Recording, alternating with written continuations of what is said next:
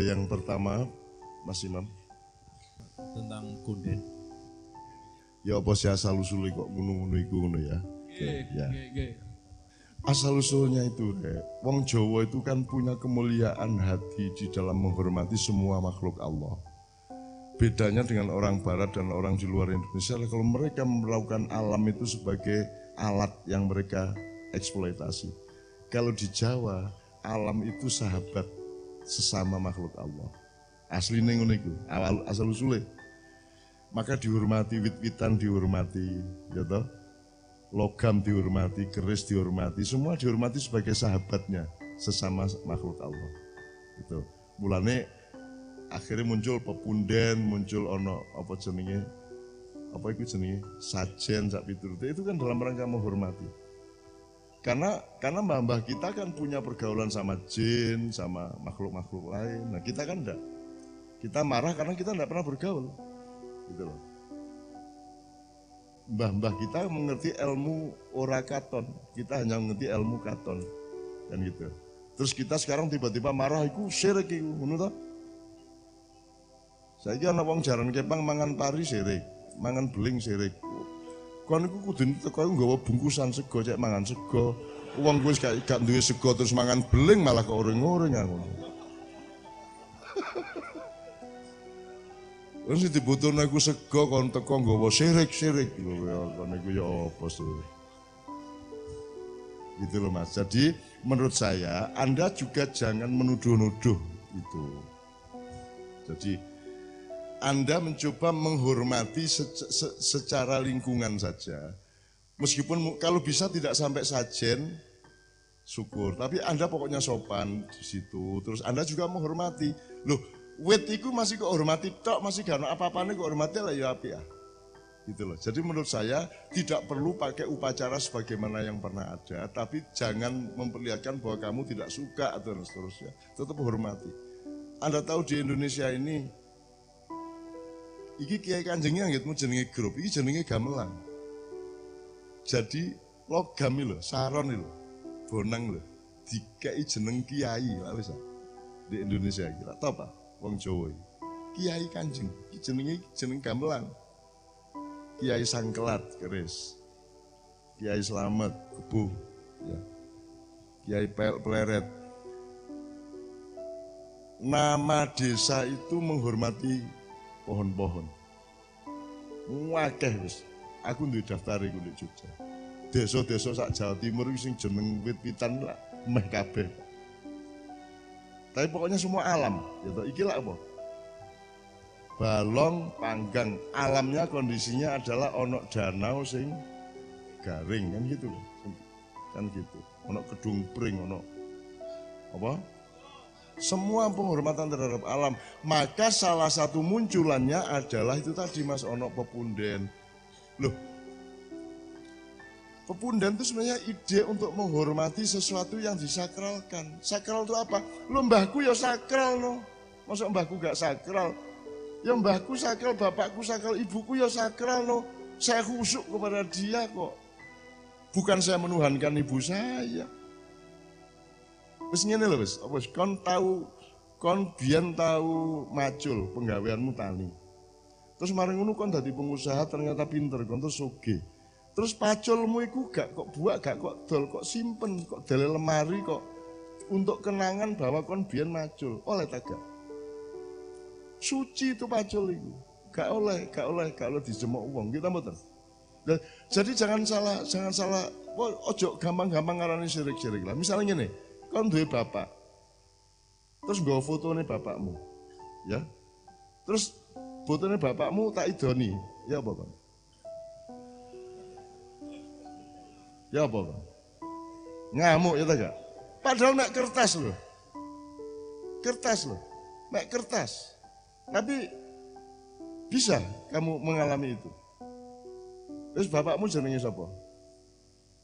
Upamane dalan.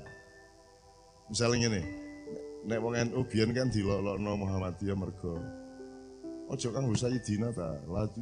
Rasulullah mengatakan la tu sayyiduni, jangan mensayyid-sayyidkan aku. Dadi nek wong Muhammadiyah biyen niku Allahumma sholli ala Muhammad kadek sayyidina. Ngono nek NU kan nganggo kabeh Allahumma sholli wa sallim ala sayyidina wa maulana Muhammad yang gitu nek biyen Muhammadiyah biyen lho saiki gak. Allahumma sholli ala Muhammad. Wis suatu hari aku pengajian karo Muhammadiyah. Terus aku takon, niku biyen dahlan niku lahir tahun pinten nggih, Pak? Dia bingung dahlan sapa? Dahlan niku sing damel Muhammadiyah niku lho. Kaget mereka. Lu kok sampean kok nyeluk dahlan? Lu jare Kanjeng Nabi dikoko. Muhammad tok gak usah Kanjeng Nabi, gak usah Sayyidina lah masa aku gak wani ya Pak Dahlan kanggo Pak barang Dahlan ngono ae. Kok muring-muring kan gitu. Tapi mulane ayo dihitung sembarang itu. Gitu ya Mas ya. Jadi soal pundian pokoknya bersikap sopan di situ. Kan Anda tidak punya kewajiban untuk juga wong Anda sajen kan ya bingung nyajani apa lah ya bingung. Ya toh? Nganggo jajan apa sak piturute. Kecuali sampean kepingin ngekai arek cilik-cilik nek ngono pura-pura nyajeni cek dicoba arek cilik-cilik sekitarnya. Ya api-api ae gak masalah. Tergantung niatnya. Oke, berikutnya. Sejatinya hidup itu untuk bertemu Allah atau surga. Ngene rek. Sing duwe swarga sapa? Kon ibarat swarga iku kebon. Kon langsung kate ngepek wohe ndek kebon ta ketemu sing duwe. Nek ketemu sing duwe kira-kira dikon njupuk woh ndek kebon ta gak? Ya nek kon lulus untuk ketemu sing duwe, berarti kon mesti ditawani disuguhi ya.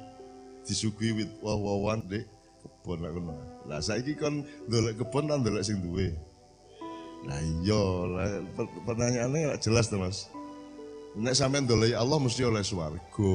Nek diterima Allah mesti dikai swarga pol-polan. Ngono kira-kira. Ya secara rasional kan jelas to Rek. Allah yang memiliki segala-galanya dan Allah mengatakan in kuntum tuhibbunallaha fattabi'uni. Muhammad disuruh ngomong gitu, nek kamu memang betul-betul cinta kepada Allah, maka ikutlah aku, kata Muhammad. Jadi urusannya memang cinta, maka kita bertemu dengan Allah, nanti bonusnya dapat surga, dapat tajri min tahtihal anharu khalidina fiyya abada dan seterusnya. Gitu ya Mas ya. Monggo. Tentang pergantian bau. Ya aku biyen ya apa kok iso kepilih?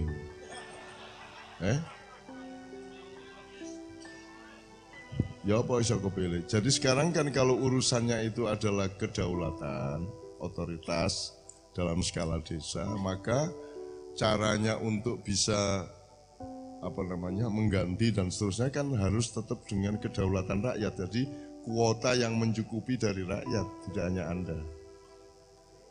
Ya kan negara ada strukturnya ya Pak ya, sebenarnya bisa sambat Pak Camat, Pak Bupati, bisa dikumpulkan orang-orang itu, bisa dialog sesepuh desa.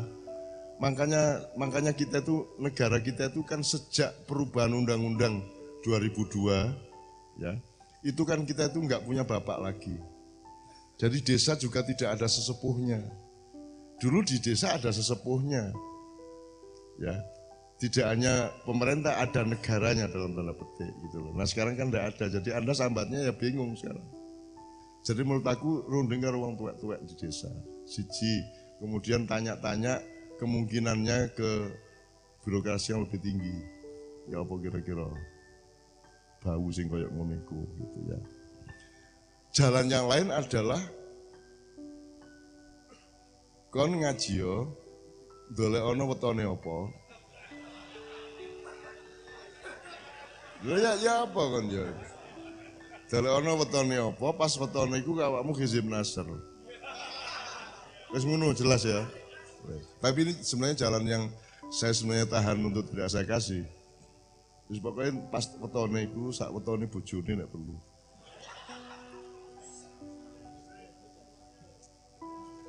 Oke, berikutnya. Iki wis bengi rek. Sejak kapan dan karena apa Canon memajukan bangsa? Garu aku. Sejak kapan saya begini ini, saya enggak tahu. Tapi nek aku iki mengenang-enang wingi-wingi biyen-biyen iku aku iki tidak pernah tahu kapan karena prasaku aku urip iku ya ket biyen ya ngono iku. Jadi ketika saya masih belum SD, itu saya tidak merasa bahwa saya bukan yang ini, aku ya iki. Pikiranku ya sing ngene iki ke dia, kecil. Wong aku ya gak tahu sekolah. Sekolah itu gelut. Terus pokoknya perkara terus lah. Jadi saya merasa tidak pernah berubah. Aku wongkol ngene iki kecilik sampai meneh dijupuk ngene iki. Dadi aku ya gak duwe niat ngono-ngono iku, pokoke aku ngene iki. Gitu lah. Jadi aku iki jago keluruk tapi gak usah dikene aku keluruk lho, gak usah ngomong. Gitu Dik ya. Ya. Apa pertanyaan dan jawaban untuk membangun Indonesia? Tidak ada gunanya kalau saya sekarang menunjukkan kepada bangsa Indonesia apa pertanyaannya dan apa jawabannya. Karena yang dibutuhkan adalah komponen-komponen dalam masyarakat itu mengolah pertanyaan-pertanyaan dan mencari jawaban-jawabannya. Sama dengan pendidikan Pak, pendidikan nek iso aja ngandani asline. Tapi merangsang dia untuk mencari tahu sendiri. Jadi pendidikan itu bukan mulang asline. Pendidikan arek sinau. Jadi harus ditradisikan arek iku sinau, bukan dikurui. Paling tidak frekuensi muruinya diperkecil, frekuensi merangsang anak untuk mencari tahu diperbesar. Supaya dia mendapat kenikmatan untuk mencari tahu. Kalau kita kasih tahu terus, itu rugi dia. Wong sing apik iku nek nemokno dhewe kok. Padha karo kon kepengin rabi nemokno dhewe bojomu ta dijodhokno. Ayo wong jodoh ya kon ndolek dhewe kuwi. Begitu juga ilmu itu yang terbaik. Makanya nyun sewu kapan-kapan kalau agak punya waktu, sebenarnya kan di Indonesia ini lucu Pak. Semua disebut madrasah. Madrasah ibtidaiyah, madrasah sanawiyah, aliyah. Padahal madrasah itu sebenarnya satu tingkatan pembelajaran. Jadi madrasah itu dirosah, tadris, tadarus, ya, jenenge, nggone, atau forumnya namanya madrasah.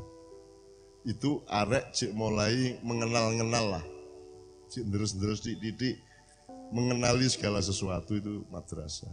Kemudian dia mulai menetapkan hafalan-hafalan terhadap sesuatu yang dia kenal, itu namanya tahfidz atau hifdz. Nama sekolahnya mahfadzoh, itu SD. Kira-kira ngono. Mari SD dia kudu mulai memperdalam, kudu mulai mempelajari setiap hal yang dia kenali, jadi gak roh tok, apal tok, tapi yang ngerti. Itu maka disebut ma'lamah, majelis taklim. Ma'lamah itu SMP kira-kira. Nah, nanti SMA lebih menyempit tapi lebih mendalam. Karena dia memahami secara arif, secara benar-benar sesuatu hal. Mulanya ada pembagian IPA karo IPS. Karena dia sudah makrifat. Namanya ma'arofah sekolahannya. Aslinya ngono iku tapi yo di Indonesia kan kabeh madrasah. Sampai kampus di madrasah. Artinya ternyata gak tahu meningkat ke mahfadzoh, ma'lamah, ma'arofah. Kalau sudah di universitas dia makdabah. Dia ta'adub atau ta'dib. Itu sudah praktek untuk membangun peradaban. Ngono aslinya tapi iku dukuran iki yo. Wis yang penting wis lancar SMK-ne, sanawiyah wis beres gak masalah. Rodok keliru-keliru tidak masalah, dilindungi oleh Allah Subhanahu wa taala. Dan saya kira itu bukan kekeliruan kok. Itu kan juga hanya istilah. Yang penting prakteknya kan tetap apik kan gitu. Gitu ya. Masih ada? Cukup ya. Ah, sing ngono ngadeg bareng bismillah.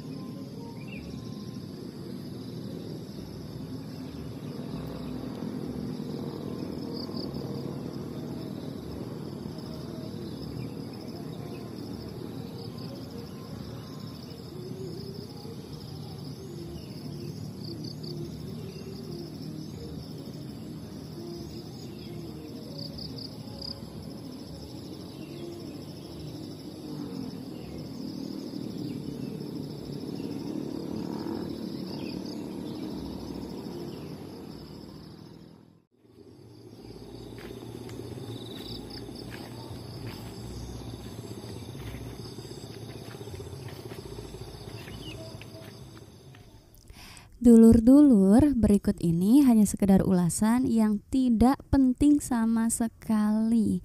Jadi please skip saja.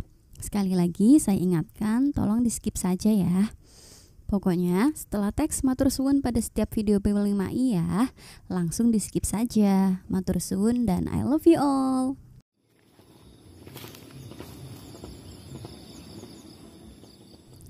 Assalamualaikum, selamat datang di Bawah 5 ya. Berikut ini hanya sekedar ulasan atau pointer untuk pembelajaran bersama. Untuk belajar menggarisbawahi atau merangkum poin-poin dari video ini, untuk belajar mengingat-ingat, untuk belajar mentadaburi, untuk belajar memasuki pintu-pintu yang sudah Mbah Nun bukakan, untuk belajar mengembangkannya, atau anggap saja di setiap akhiran video P5 ini hanya sekedar untuk menyapa. Oke dulur-dulur, mari kita mulai ulasannya. Pointer yang pertama, pada kutipan video Sinau bareng Mbah Nun kali ini, kita belajar bersama dari penanya pertama yang menanyakan perihal asal-usul punden.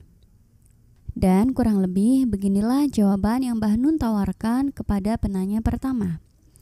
Jadi, asal-usulnya menurut Mbah Nun punden itu lahir dari sifat kemuliaan orang Jawa, di mana orang Jawa menganggap alam ini bukan objek eksploitasi. Akan tetapi orang Jawa menganggap alam ini adalah sahabat sesama makhluk Allah yang juga hidup berdampingan dengan kita, sehingga juga harus menghormatinya.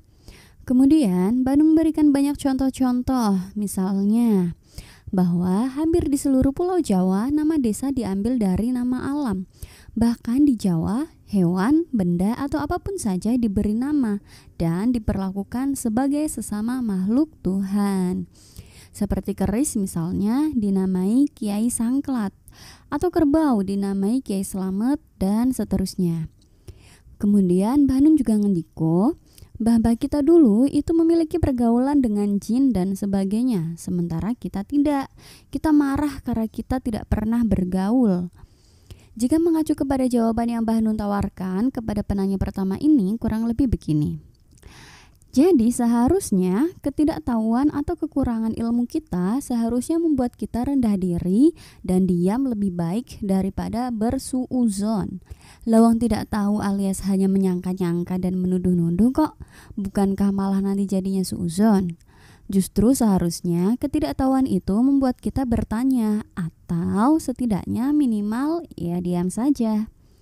Selanjutnya Mbah Nun juga menawarkan bahwa sudahlah, hormati saja dan kalau tidak setuju tidak perlu memperlihatkan ketidaksetujuan kita itu. Cukup hanya jangan ikut-ikutan saja. Mbah Nun juga ngendiko bahwa menurut Mbah Nun semua tergantung niatnya. Tidak jarang di dalam setiap maiyahan Mbah Nun sering mengingatkan kita bahwasannya jika kita tidak tahu sebaiknya kita mengambil jarak dahulu. Karena mungkin jangan-jangan justru kekurangan ilmu kita dan ketidaktahuan kita itu yang bisa jadi justru malah berakibat suuzon. Karena memang pada hakikatnya syirik dan tidak syirik hanya orang itu sendiri yang mengetahuinya. Mbah Nun sering sekali mengingatkan bahwa semua itu tergantung niatnya. Sedangkan kita tidak tahu isi hati atau niat dari setiap orang. Sampai sini, jika kita mencoba untuk sedikit memasuki pintu yang telah Mbah Nun bukakan, maka kemudian saya teringat kepada Nabi Sulaiman yang dapat berhubungan dengan jin, hewan, alam, dan seterusnya. Bahkan ada suatu kisah yang sangat masyhur yang juga sering Mbah Nun ceritakan, bahwa suatu ketika Nabi Sulaiman mendapat laporan dari menteri penerangannya yang bernama burung Hudhud. Hudhud bercerita kepada Nabi Sulaiman pada suatu ketika saat Hudhud terbang melintasi suatu daerah, ia melihat ada sebuah kerajaan yang dipimpin oleh seorang ratu yang sangat cantik jelita bernama Ratu Bilqis, dan mereka menyembah matahari. Singkat cerita, kala itu Raja Sulaiman kemudian mengundang Ratu Bilqis ke istananya. Sebelum Ratu Bilqis sampai ke istananya, kala itu Nabi Sulaiman menawarkan kepada seorang manusia yang bernama Asif bin Barkiyah dan juga Raja Jin yakni Jin Ifrit, untuk menawarkan siapa yang bisa memindahkan singgasana Ratu Bilqis ke hadapan Nabi Sulaiman sebelum Ratu Bilqis sampai di istananya. Kemudian yang pertama menjawab adalah jin Ifrit. Dia berkata bahwasanya sanggup memindahkan singgasana Ratu Bilqis ke hadapan Nabi Sulaiman secepat Nabi Sulaiman dari keadaan berdiri ke keadaan duduk. Selanjutnya, seorang manusia yang bernama Asif bin Barqiyah ini berkata bahwa ia sanggup memindahkan singgasana Ratu Bilqis ke hadapan Nabi Sulaiman secepat satu kedipan mata. Nah, dari sini jika kita tarik ke garis lurus kepada video ini, maka rasa-rasanya kalau itu terjadi di dalam dunia modern, mungkin Asif bin Barqiyah ini akan dimusyrik-musyrikan. Apalagi kalau ada orang modern dengar bahwasanya ada orang yang mengaku bahwa dia bisa berbicara dengan binatang, maka rasa-rasanya tidak hanya disesat-sesatkan, bahkan mungkin akan dianggap gila. Karena bagi orang modern, apa saja yang tidak dia ketahui dan pahami, maka itu salah. Padahal nyatanya itu adalah kisah Nabi, sementara Allah menyuruh kita untuk meneladani dan mengikuti Nabi. Namun, kenapa sekarang ini jika ada yang tidak kita pahami atau bahasa modernnya, jika ada hal yang di luar nalar, lantas orang modern selalu saja menganggap itu kurafat lah, sesat lah, dan sejenisnya itu. Selanjutnya, pointer yang kedua, ada penanya yang bertanya kepada Mbah Nun perihal sejatinya hidup itu untuk bertemu Tuhan atau surga. Dan kurang lebih garis besar dari jawaban yang Mbah Nun tawarkan adalah jika kita menginginkan buah di suatu kebun, maka datangilah pemiliknya. Karena jika yang kita temui itu pemilik kebun, maka otomatis kita akan disuguhi buah dari kebunnya itu. Dulur-dulur, sebenarnya ada begitu banyak hal yang dapat kita pelajari bersama dari kutipan Sinau Bareng Mbah Nun pada video ini. Ulasan, pointer atau rangkuman yang saya ungkapkan itu hanya sedikit gambaran saja.